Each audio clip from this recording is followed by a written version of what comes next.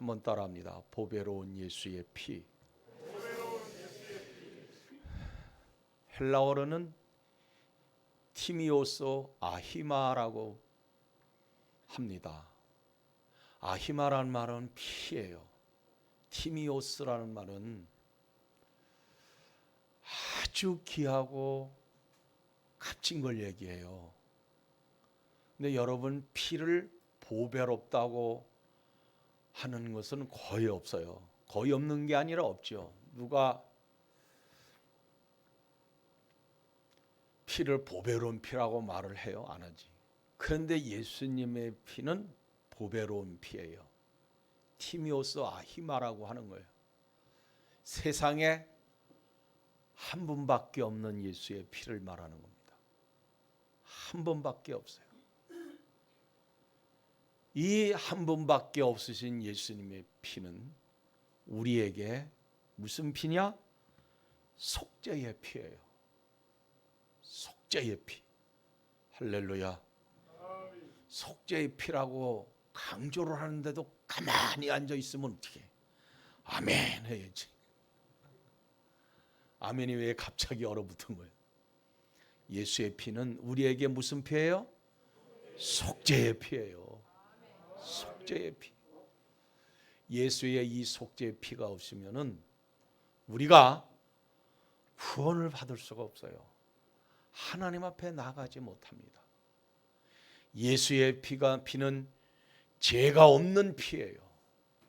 인류를 구원하기 위해서 하나님께서 인간이 되어 세상에 오셔서 우리를 위해 흘려주신 이 피, 바로 보배로운 피인 겁니다. 예수께서 우리의 죄를 사하시려면 어떻게 해야 되느냐? 십자가에 죽으셔야만 하는 거예요. 죽는 방법도 많아요. 화살에 맞아 죽을 수도 있고, 칼에 맞아 죽을 수도 있고, 교수형에 처할 수도 있고, 죽는 것도 가지각색이지만 예수님은 십자가에 못 박혀 죽으셔야만 하는 거예요. 사형 방법이 한두 가지가 있는 게 아닙니다. 그런데 예수님은 그 가운데서도 십자가라고 하는 무서운 사형틀에 못 박혀 죽으셔야만 했던 거예요. 왜냐하면 가장 잔인하고 가장 고통스럽고 가장 괴로운 거, 가장 시간이 많이 오래 가는 거, 그게 십자가의 처형입니다. 예수님은 바로 이 십자가에 죽으셔야만 했던 거예요.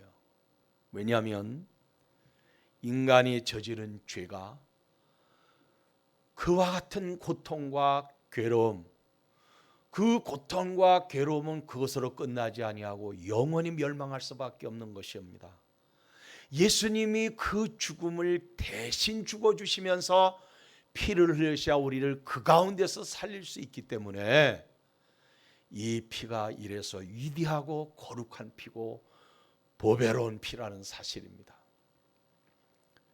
그래서 예수님은 당신께서 죽으셔야 한다는 말씀을 여러 번에 걸쳐서 말씀하셨고, 십자가에 죽을 때가 다 되어 갈수록 더 여러 번 말씀을 하셨던 겁니다. 하나님의 백성에 대한 구속과 제사함이 그만큼 중요한 일이기 때문에 예수님의 고난은 반드시 이루어져야 되는 일이었어요. 예수님이 고난에 대한 걸 말씀하실 때 오늘 성령 강림주일인데 왜 고난에 대한 걸 말씀하실까 이렇게 생각할 수도 있지만은 사실 이 말씀 우리가 생각해야 됩니다. 여기에서 성령의 임재는 있는 거예요. 예수님이 고난에 대해서 말씀을 하시니까 베드로가 있다가 어떻게 그런 일이 있을 수 있느냐는 거예요.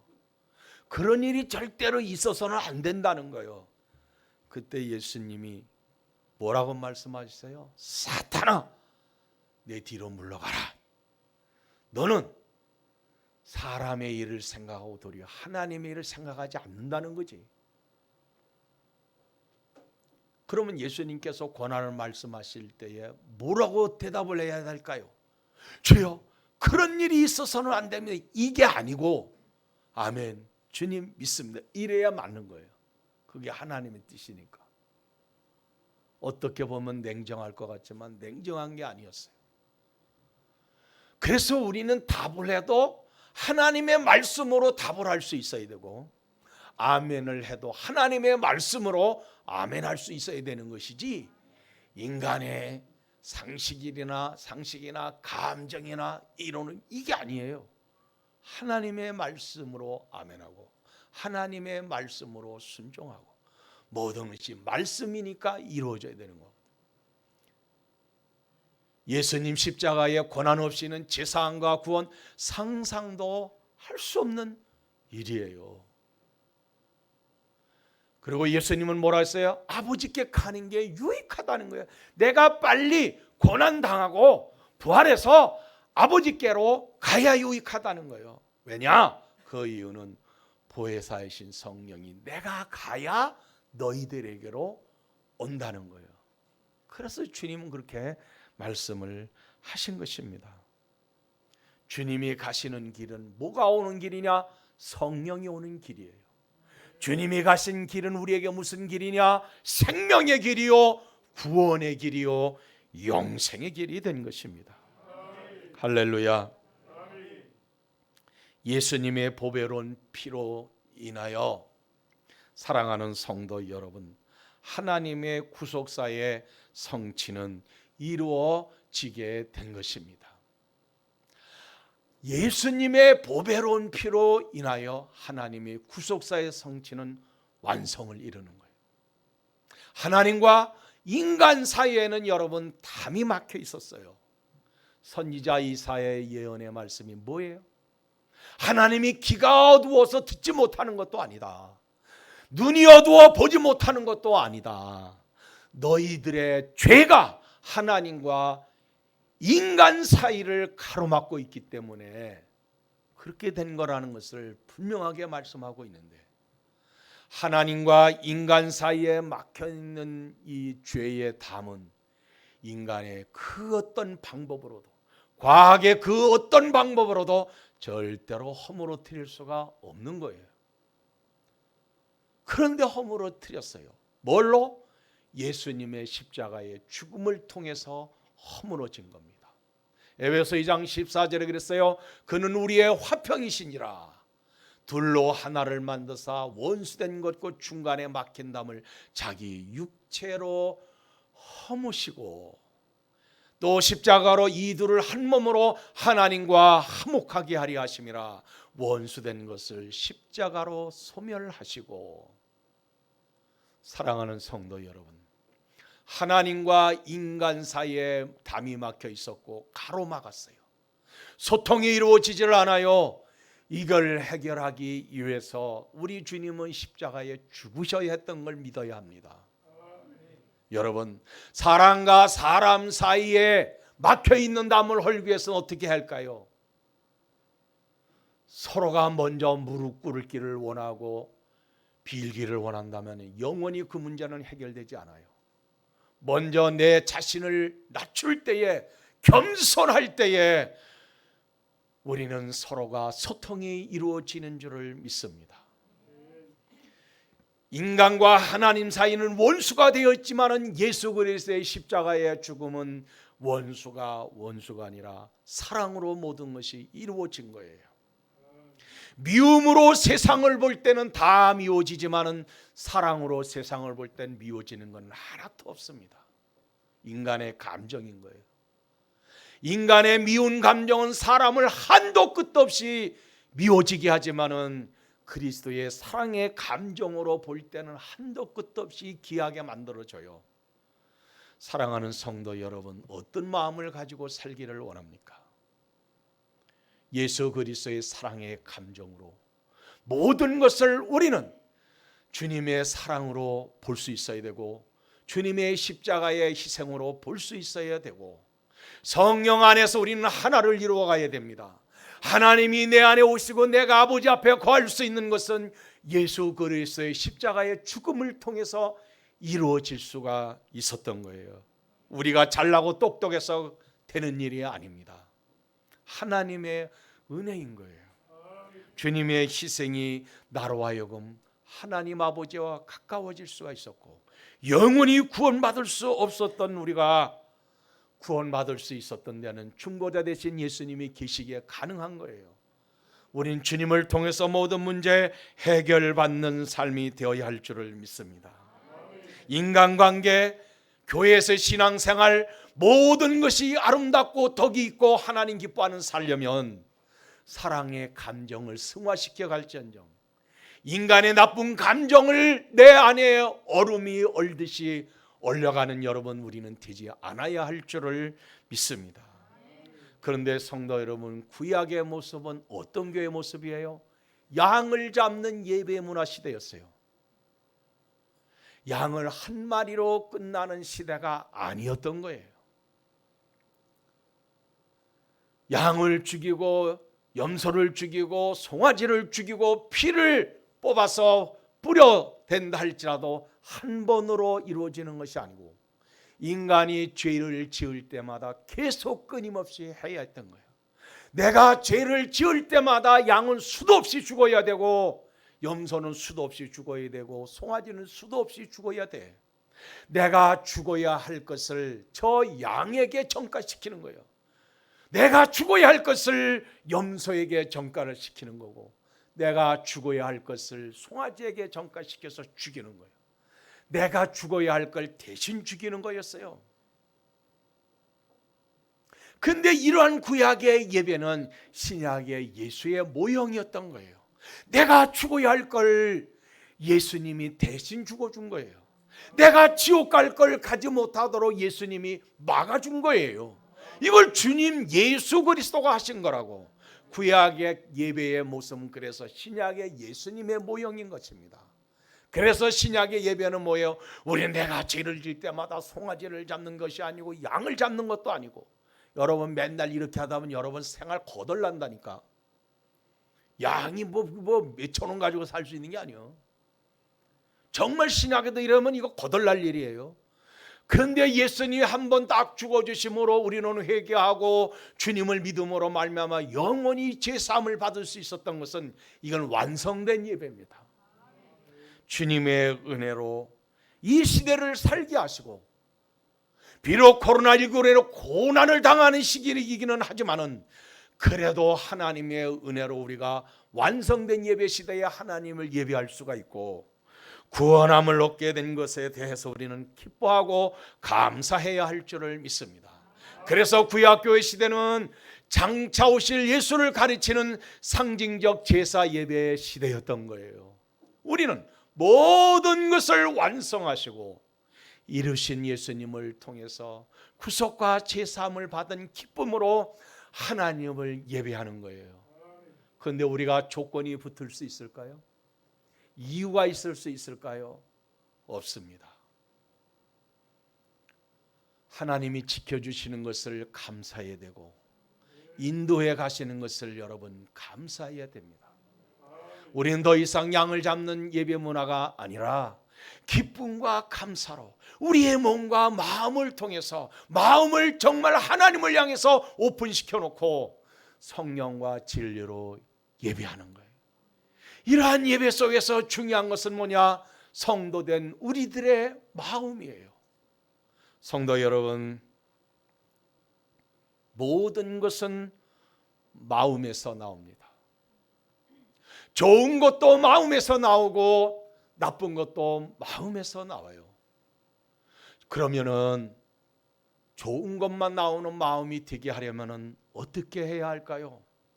성령과 말씀이 우리 마음속에 들어와야 됩니다. 그래서 마음속에 하나님의 성령과 말씀이 들어오려면은 무슨 문을 열어야 되느냐? 마음을 열어야 되는 거예요.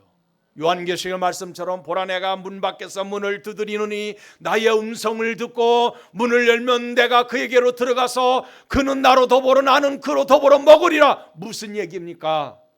현관문을 열라는 얘기가 아니고 마음을 열라는 거예요. 마음을 닫아놓고 어떻게 하나님의 은혜를 받겠습니까? 마음에 부정적인 것으로 꽉 채워놓고 어떻게 하나님의 은혜가 내 마음속에 들어올 수 있느냐 이거예요. 음식물은 입으로 들어가면 이를 지나 소장, 대장을 걸쳐서 영양분을 온몸에 골고루 다 공급하고 찌꺼기는 뒤로 버려지는 거예요.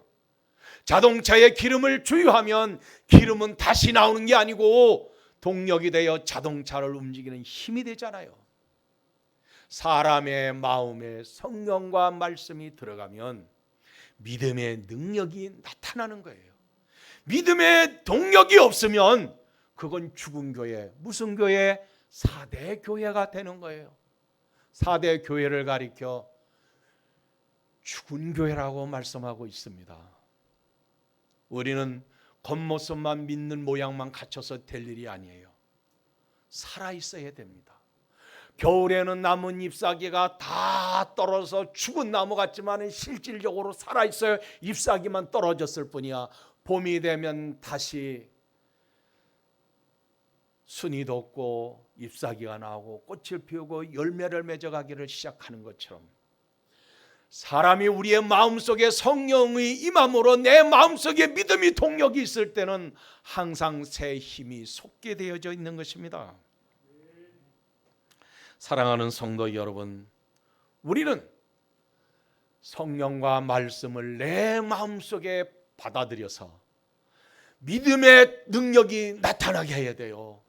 믿음의 능력이 있어서 내 삶에 힘들고 어려운 것마다 어떤 문제든지 그것이 심각하게 생각되는 것이 아니라 오히려 하나님께 그것 때문에 감사하고 그것 때문에 오히려 하나님께 더 매달릴 수 있다면 가시를 주시는 것도 하나님께 감사할 수 있어야 되지.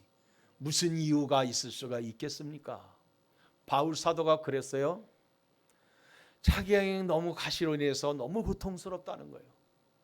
그래서 하나님께 기도했대요. 하나님 이거 좀 제거해 주세요. 근데 그 가시가 뭔지는 구체적으로 말하지 않아요. 신학적으로는 여러 가지 견해를 말하고 있습니다. 그런데 하나님의 응답은 간단했어요. 내 은혜가 내게 족하도다. 고통이 내게 있지만은 그것도 하나님의 은혜라는 것. 그래서 두 번 다시 기도하지 않았다는 거예요. 그게 바울 사도의 고백입니다. 우리는 좋은 것만 하나님께 감사하고 안 좋고 고통스러운 것은 신경질적이고 짜증부리고 이게 아닌 거예요. 내게 주어진 환경 그것이 무엇이 됐든 믿음으로 소화하고 믿음으로 도전하고 믿음으로 정복하고 믿음으로 나아갈 수 있을 때 이게 진짜 믿음인 거예요. 본문의 말씀대로 우리는 인생을 사는 것이 나그네 세월이에요. 이 땅의 삶은 정함이 없는 고달픈 거예요. 여러분 나그네라는 걸 뭘 얘기하냐면 원문에서는요. 외국 거주를 얘기해요. 외국 거주. 여러분 외국에 많이 나가보신 분들 외국에 나가면 어떻게 돼?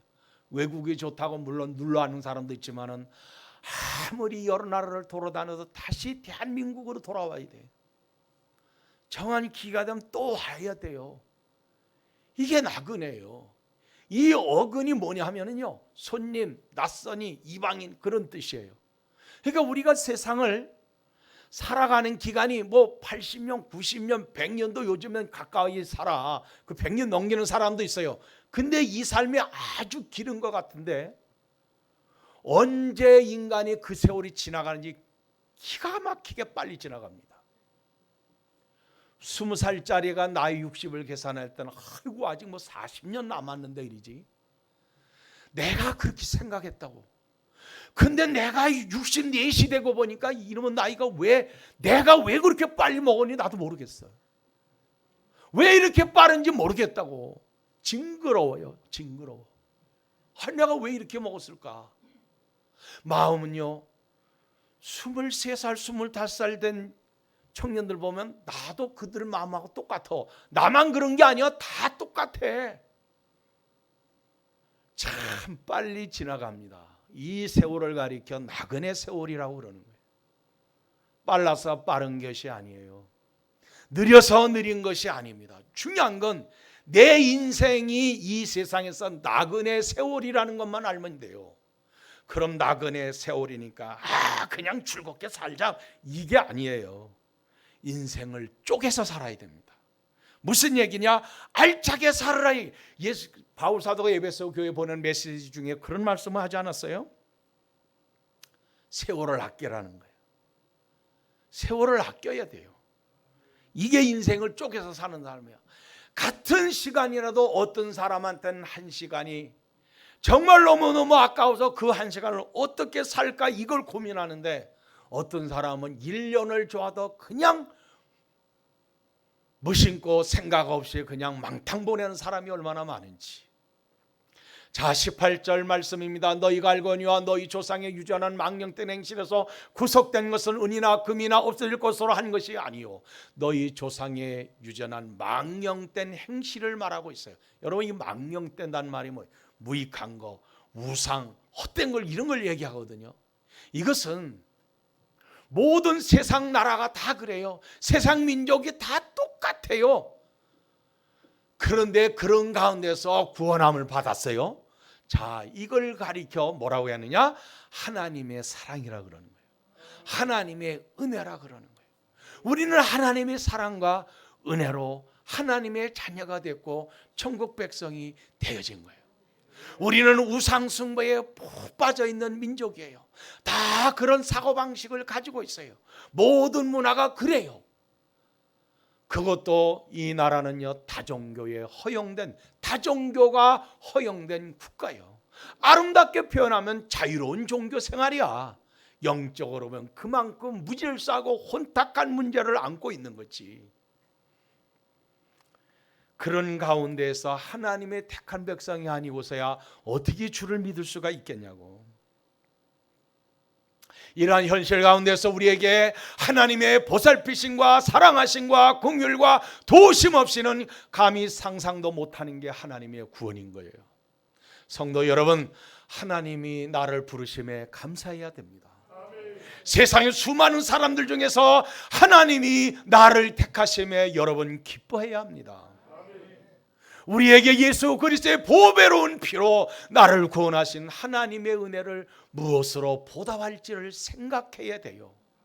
이것저것을 따지고 이것저것을 논하고 이것저것을 말할 게 아니라 주님이 내게 주신 은혜를 내가 무엇으로 보답할고 왜 이걸만 생각을 못합니까? 이걸 생각해야 돼요. 이걸 생각하면 세상의 모든 것이 감사한 일뿐이에요. 고린도후서 4장 7절에 말씀합니다. 우리가 이 보배를 질그릇에 가졌으니 이는 심히 큰 능력은 하나님께 있고 우리에게 있지 아니함을 알게 하려 하심이라. 성도 여러분의 마음속에 보배를 가진 걸 믿습니까? 예수가 계신 걸 믿습니까? 성령과 진리가 여러분의 마음 가운데 있기를 주님의 이름으로 축원합니다.